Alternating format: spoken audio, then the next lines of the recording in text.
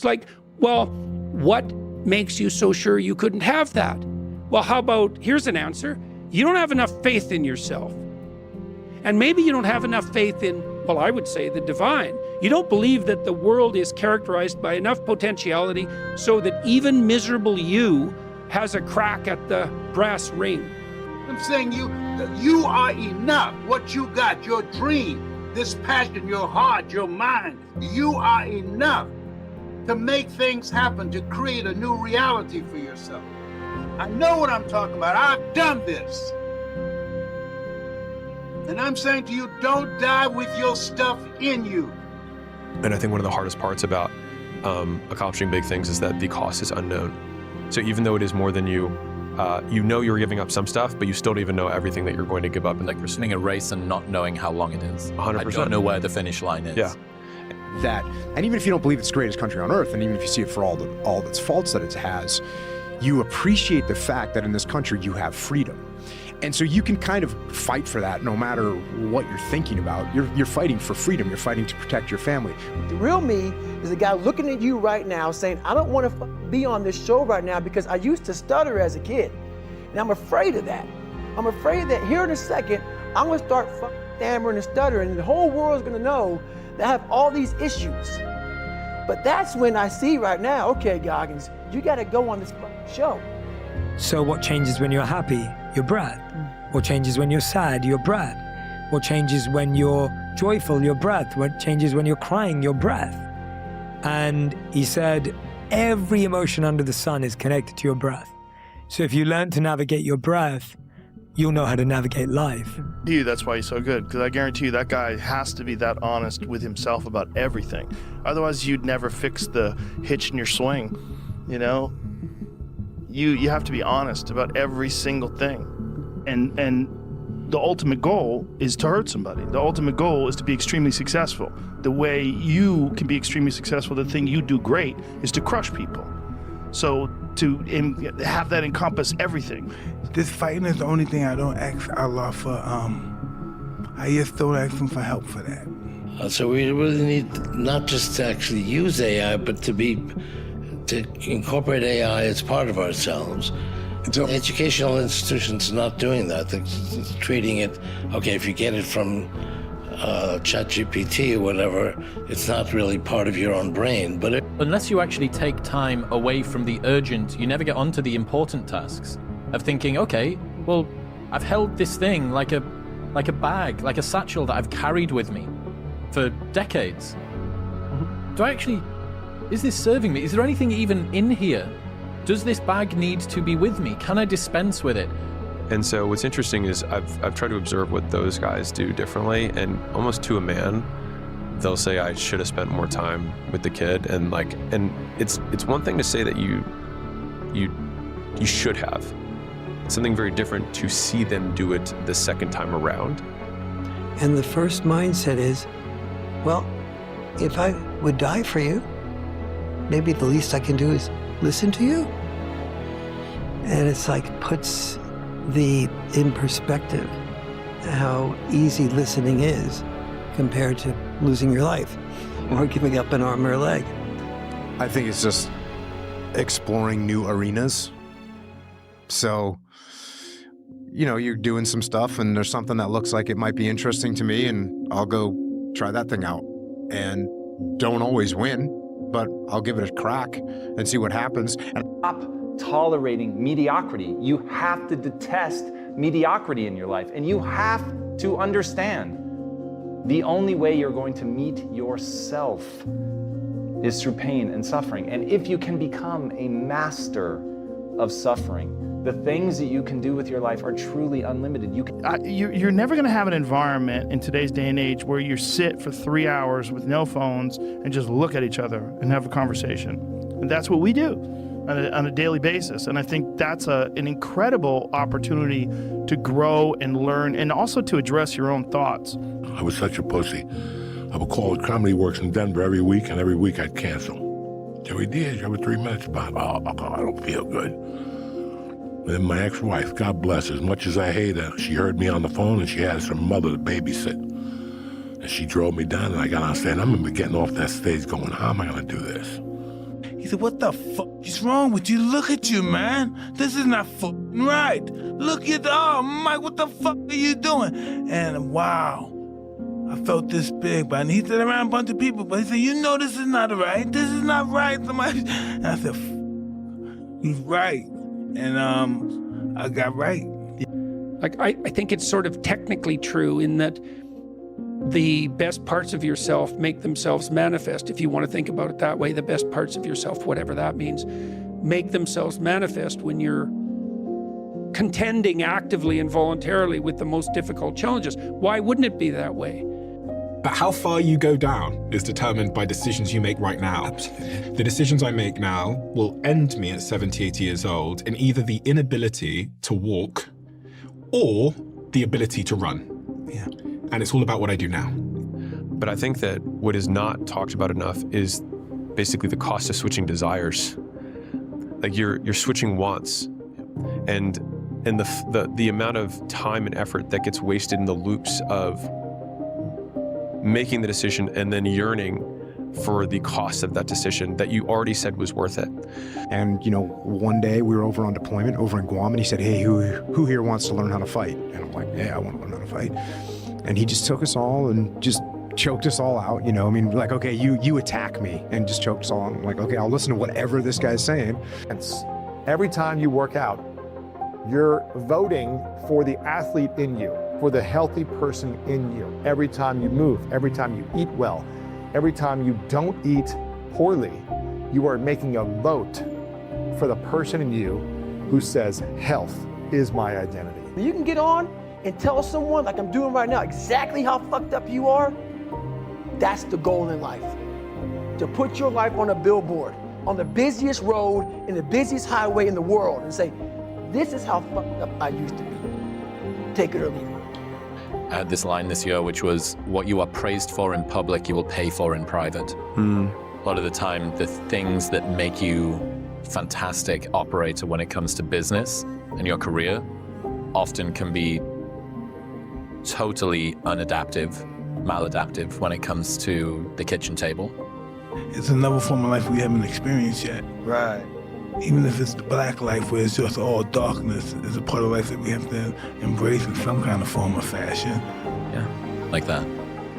Yeah, I mean, everything in life, the greatest thing that came in this world came through a sacrifice, right? I mean, I believe in Jesus, so that to me shows that if you want anything in life, it has to require sacrifice in some way. And what that means, as far as I can tell psychologically, is that you're not only required, let's say, to take on the full existential burden of life and to welcome it regardless of what it is, and to maintain your upward aim despite all temptations to the contrary, but you also have to confront the root of malevolence itself. Well, if the decision's reversible, then it doesn't really matter so much. But you should treat reversible decisions still as if they're irreversible. And this is David Epstein's new work, which is people are much happier with irreversible decisions than with reversible ones. So if you have a ritual that you do every day on your commute home or when you get home or before you leave the office to help you transition your mindset from the mindset of the work battlefield to the home life, that will help your brain. That ritual should include repetitive steps and as many of the senses as possible. And our tactical advantage over the enemy was good enough that we just annihilated them. You know, it was like an unfair fight, which is how you want it to be. You want to have an unfair fight in combat. Goggins is saying, okay, David Goggins, you're a punk. Life made you this way. We can't live like this. We can't live in fear. We can't live in judgment. We can't be afraid of what the people right now are looking at me saying about me. We cannot be afraid of that. For kids and adults, by the way, because a lot of times adults avoid things because they try it one time, they go, I don't like this. I'm not good at this. No one's good when they start. Like, very few people are good at something. It's the same reason that Adele is a bad example, because it gives them hope. For as long as there is no hope that anybody could do the thing, lose the weight, that means that you have an excuse. What? Adele hasn't done it. I don't need to do it. Right. I remember the first thing I felt is so insignificant. Like you're just a part of everything. You're part of the whole universe. And instead of looking at yourself as a center of the universe, when I did it, it just made me realize, like, no, you're part of this infinite thing, and you're such a small part. Everyone is such a small part. The universe itself is what's big, and you're just a piece of it. Mm-hmm. Well, that's what the resurrection story proclaims, is that, even under the darkest imaginable circumstances, the fundamental finale is the victory of the good. And that seems to me to be true. And I keep on asking myself this question for everything, what are the beliefs that you currently hold that have no grounding? What are the beliefs that you currently hold that can't be justified by any logical explanation? And doesn't necessarily mean that they're wrong, but you really need to pay attention to those. And so we have to be willing. So what separates a rash decision from a well-informed decision? Well, taking it to the natural extreme, a perfectly informed decision, the decision has often been made for you because the outcomes have already occurred, which means that if you have perfect information, the opportunity has already gone away. It's always frustrating when you see a guy who is so naturally gifted, who kind of lays back. But it seems to be, that's a lot of what happens, is the people that are naturally gifted don't have to work as hard, so they don't work as hard. So the next time you find yourself in a situation where you're overgiving, say to yourself, what are you doing? You had one job. You had one job. Take care of this human. You have to live in your own fucking world. You cannot judge yourself. That's why social media and all these things are horrible. You can't judge yourself off of the so-called competition that we have made up in our mind. The things that, how people look, how people act, how smart someone is. This is a race that you run completely alone. There's kind of a compensatory control thing going on here, right? The fact that they feel like they don't have as much control over perhaps their main pursuit in their life. Yeah. But they do have control over their Twitter. Sure. I think we as human beings need to be loyal to certain principles and certain ideals. And you need to be loyal to humanity as much as you realistically can. After he saw me box too, he said, holy moly. He said, besides distraction, that's the next heavyweight champ of the world right here. I had never had nobody put that much interest in me, care that much about me. And I also think that the long-form interviews are particularly good at that, because it's not that easy to maintain a manipulative stance, especially if you're empty for 2.5 hours. Yes. You get tired, you get irritable, you show that you lose the track, you're going to start leaking out your mistakes. And the moment their ability to make that person's life worse goes away, so does the behavior. And so the key that separates basically fear-driven or compliance versus respect is that they have to be able to do it even when you have no ability to make them. So there's the obvious nuance there, but it's better to be quick to act whilst thinking through some initial risks and looking at the downside and moving fast than just sitting there for years without ever finding out.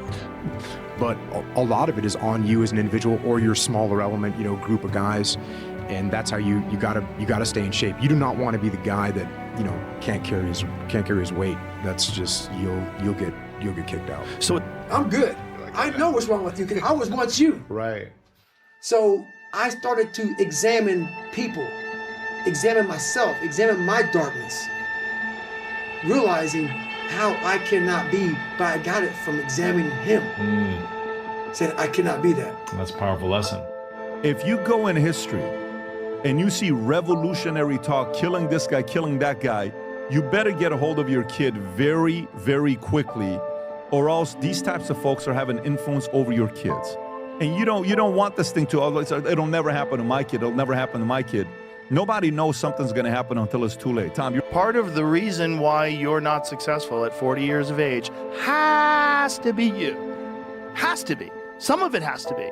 I mean, it could be a fucking avalanche of bad luck, one thing after the other, but I would like to see that you're making progress towards a better direction. I don't know. My kids have a great life, and if they ever started complaining, they should think about, they should have had my father. then they would have a right to complain. Yeah. They do not have a right to complain. My kids go to the best schools the world can offer. They have the best opportunities the world can offer. It's up to them to take advantage of it. Because as you transform, your idea of what's possible will transform. As you transform your idea of what's great and good, it will transform. As you transform, your ability to love will transform. It feels like duty is pushed from the back, whereas love is pulled from the front. Love pulls you forwards, whereas duty can kind of push you. Sure, I mean, it's not unreasonable to say that love entices. I don't think duty entices. Duty might torment, and love entices. Like, we tell stories of what type of person we are all day long when we're confronted with different decisions. What type of person am I? And I would like to be known to myself as a fighter, is that I'm willing to fight for what I want and for what I believe in. But at the same time, it's there and it's present, and there is no avoiding it. There is no avoiding it. War is part of the world. It's part of human nature. I was like, how do I develop skills to become more valuable, have more confidence, and then share more value to other people? But it took work. You can't just be a victim. You have to learn something. And then you put a goal in your mind. How are you gonna feel, man, when you accomplish this goal coming from that shit? Coming from the hell you came from. A lot of people start from a good starting point. They have a good foundation. What if you can surpass all of these But there's a certain amount of mistakes that you have to make. Yes. There's a certain amount of really stupid decisions that you have to feel the pain of those failures. It's valuable. It's good. It's good for you. I'm gonna take it one step further. If you tell someone to be themselves and they don't like themselves, it's cruel. And this was me for a long time. How can you be yourself if you don't like yourself? But listen, the belief that you're gonna come back is magnificent. Yeah. The belief to know that we're gonna wake up in the morning. Imagine if we went into life like that. Yeah. With that belief. Yeah. And you think life is just temporary, and then when it's over, you're going to go to an even more magnificent place. I think there's many creative ways to position yourself for victory. I don't like the mindset of being worried, afraid, and staying there constantly instead of trying to find a way to be a differentiator. Yeah. Workout it should be a part of your personal hygiene. It is like the most powerful thing that you can do to improve the way you age and your mood and your brain function. Everything. There's nothing more powerful. You're never gonna pill it up. If you've just gone through a breakup, this is what your brain is doing. It has cut a 3-minute trailer for a 2-year relationship, and you have watched that trailer so many times that you've started to believe the trailer is the relationship. But right now, be in pain, be angry, be sad, be frustrated, be those things. Give yourself some grace and feel the feels, because if you never feel the feels, they will show up at a time not of your choosing. And then the second reason is everything that I regret at the company, or whenever I regret something, it's not making a decision fast enough. It's not I made the wrong decision. What I've always regretted is sitting at the bottom of the stairs for too long, instead of jump up a stair and then I'll figure it out, and then jump up a stair and I'll figure it out, and then jump up a stair and I'll figure it out.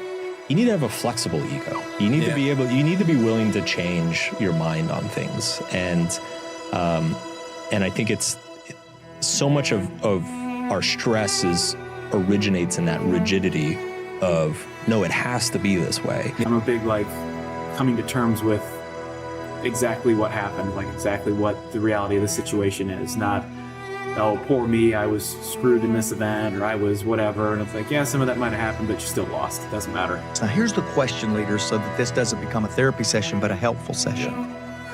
What are you doing that is limiting the people around you because you have put an expectation on yourself that you need to be the best person in the room? Right. That's the question. I was just thinking. So I wanted structure, but I was just not willing to adhere to it. Yeah. Yes, I'm I work for myself and I'm the worst employee. I would go smoke behind the dumpsters like I was hiding from myself. Yeah. What are we even doing? Sometimes they're PhDs or MDs or researchers that have all of these qualifications. Sometimes they're just somebody that solved a problem in their life. That's me. Yeah. So just take a step back. Think a bit more intuitively about like what's going on in a very sort of non-rational, abstracted kind of way. Don't try to think about this individual case and go, okay, let's trace the logic. Just like step back and like feel for a minute, you know, like reintegrate feeling into your life. That's probably a helpful starting point. Yeah. Whose job is it to make sure your kids, your wife, your family is positioned the right way? Whose job and duty is that? Mine. Yours. Yeah. Whose job is it to make sure if you're an entertainer or a comedian to stay funny? Whose job is it? AI's job or your job? Your job. Your job. I think you can shift your focus from I just want these people's love to I want to give them love. I want everyone to have a good time. You know, I want to be up there just having a good time. They're having a good time. We all have a good time together. I make their lives feel better for a brief moment. I feel better. Everybody's better off. And that's the shit, man. Yeah. That's what I crave. And there were plenty of days when I didn't want to, but I knew that if I did it, I would feel better. I was living this mood follows action idea that I'd learned in the rooms of recovery, and it started to pay off. I didn't have a goal. I didn't have a concept that this was going to change my life. I was just making the simple decision that I was going to honor myself in this way and just. I'm not allowed to have needs, so I will just disappear. I'm not going to ask for help. I'm not going to show that I need help because my needs don't matter. And you may not think of this one as people pleasing because it's quieter, but it really is people pleasing because it's others' needs matter, but when I have needs, I need to disappear. So you're essentially running away from a bad feeling? It was one. Spend days and weeks and months and years trying to avoid a bad feeling. A bad feeling. Like you're letting emotions, a feeling, run your life. And not just run your life, but exhaust you in the process. Something tells you today there's something wrong. I don't know what it is, but I'm going to slow down. And you keep slowing down. The cars behind you are beeping and saying, what's going on? You get almost up to the intersection and a truck blasts through their red light. And you would have been hit broadside if you didn't slow down. So you have this momentary shock of relief, realizing that you just saved your life by paying attention to that little voice inside your head. Yeah. I think I just turned 40, and I think that also has something to do with it. Because I'm just like seeing the end. Like, what am I doing here? Just like torturing myself with all this pressure and not just like having fun and being creative and throwing it out there, you know? So I'm already doing that. I'm already having more fun. But the reality is, the only way to really assure your own future is to become a person who can build wealth. And then the depressing fact is, even when you build the wealth, you just open up a whole new set of problems. Right now, there's no scientifically proven way to completely clear microplastics from the body, but that doesn't mean that you're powerless. What the current research does show is that the body already possesses highly sophisticated detoxification and elimination systems. And what that means is, don't let it go to your head. Don't think that you're better than somebody just because you have a title or because you have more money than they do. And I think that I have to constantly remind myself that I get to be a vice president for 4 years. I'm going to do as good of a job as I can for that 4 years, but it doesn't make me better than anybody. I always tell people, you're not your ideas. And it's one of the most important things that I've ever learned. You cannot be married to your ideas. Your ideas are just ideas. And as soon as you defend them, and as soon as you connect yourself to them, and as soon as you connect your identity to them, you're in a fucking trap. You're in a real trap, and it's very hard to get out without admitting defeat. Most people don't want to admit defeat, and that's how they look at it. They look at it. To find luck, the best luck, if you have the balls to make failure your friend, those lessons in failure is what separates Elon Musk from the rest of us. Fail, learn, fail, learn, fail, learn. Fail, trillionaire. You could convince yourself all you want. You could say, oh, it's not that bad. It's not that. That's you negotiating with yourself. That's you telling yourself lies. And that is the exact reason why people who are ahead on the food chain don't want to work with you, because you believe your own lies. No, discipline is fucking everything. It will decide whether or not you actually become what you want to become or not. It will dictate your physique. It will dictate your income. It will dictate your spouse. It will dictate your family. It will dictate every single thing in your life. Even if it was just a small thing or a small detail, you still have something more to do. You still have something more that you can improve or become better. And that's something that has stuck with me, not just in football, but in life. But this only works if you take care of yourself, which means you prepare yourself ahead of time, you give yourself rest after time, you maintain healthy connected spaces in your life, you have meaningful and purposeful activities in your life. You have to give yourself permission to live a whole life if you're going to keep participating in those spaces. Are you earning your success? Not only really earning, are you recognized and acknowledged for real value that you're creating? Not kissing up to the boss and not because somebody's trying to be nice to you. No. You're really creating value. And does somebody actually need you? That's what it comes down to. That's your calling. I can manage this. I don't need to solve this right now. I did my best today. I gave it my best. I get an A. And now's my time to rest. It is weird, but I still just think when something is too big, it's like too big to fail. Mm-hmm. If you just approach it with "I reject," you're setting yourself up for a bigger failure. Well, and you start operating from a level where you accept your own greatness without having to go and tick boxes for it. You show up with a different energy.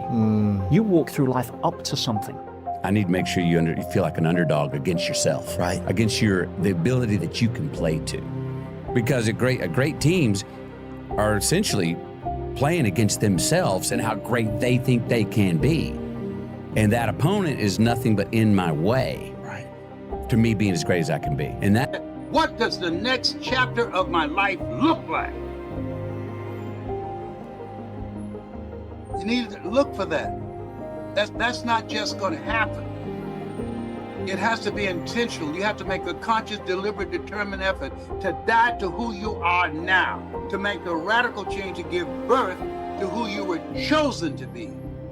Each of us is on a journey. Be clear about your goals. Notice what works for you, because that's what you're doing. Mm-hmm. And each of us, see yourself as an experiment. Don't be frightened of experimenting, but if you're going to experiment, notice, measure something, and then you'll see how you're doing.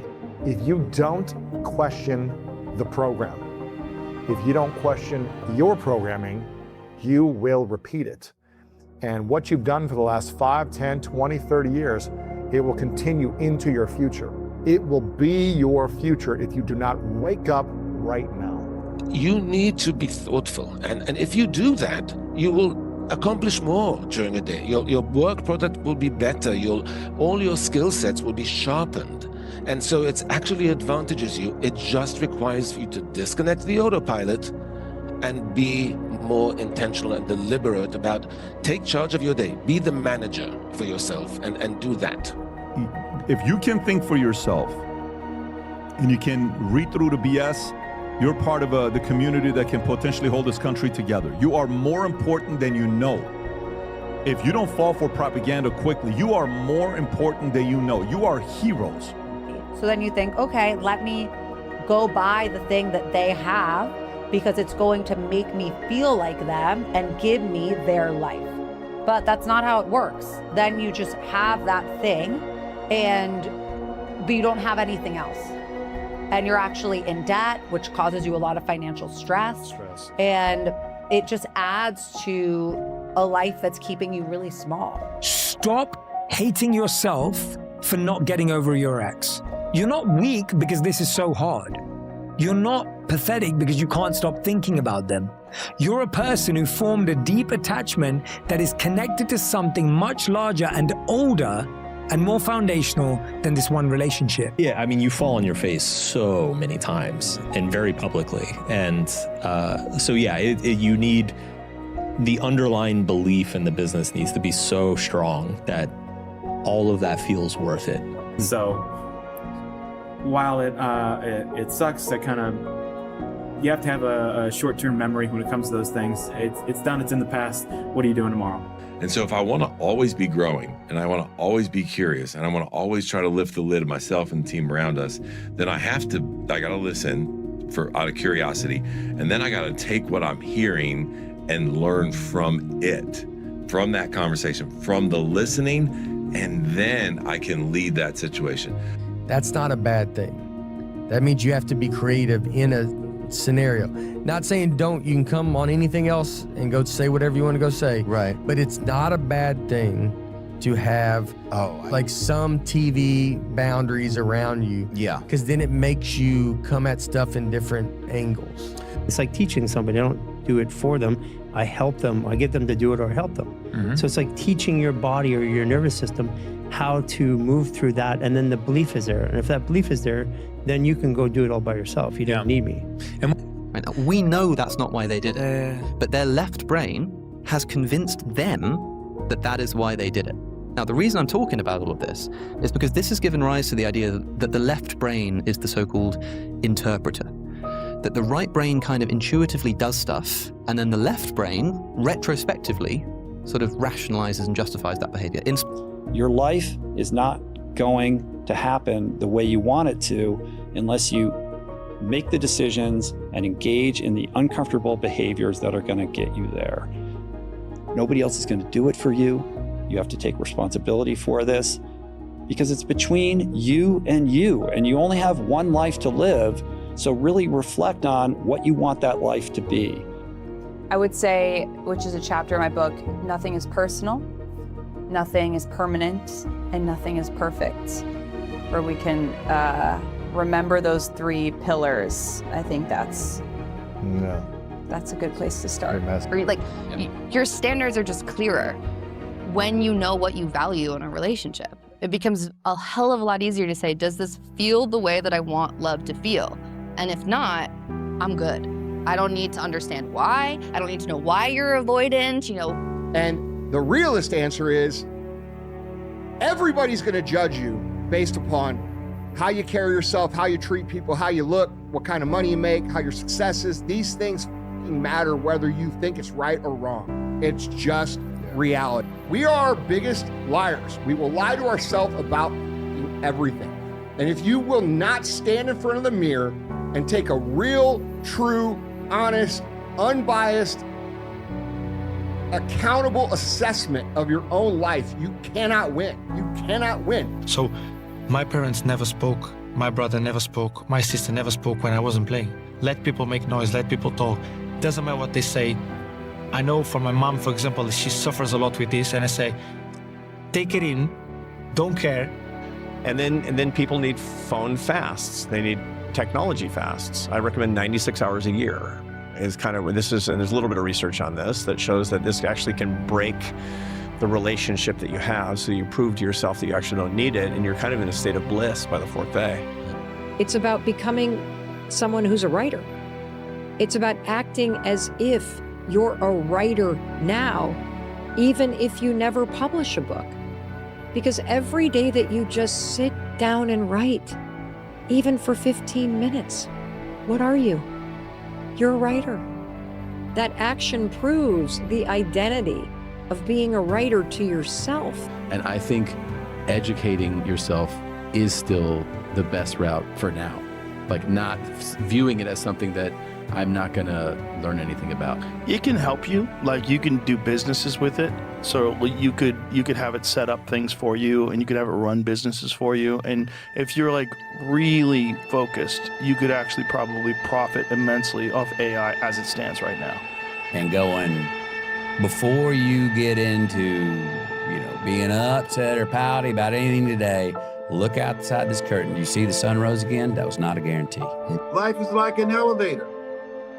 The higher you go up, you have to stop and let some people off because they don't want what you want. They don't dream like you dream. Meanwhile, he's a multi-millionaire celebrity inside the very system that he claims to hate. And the second the federal government applies a little bit of pressure, he shows his true colors. And you know what it is? He ain't about that life.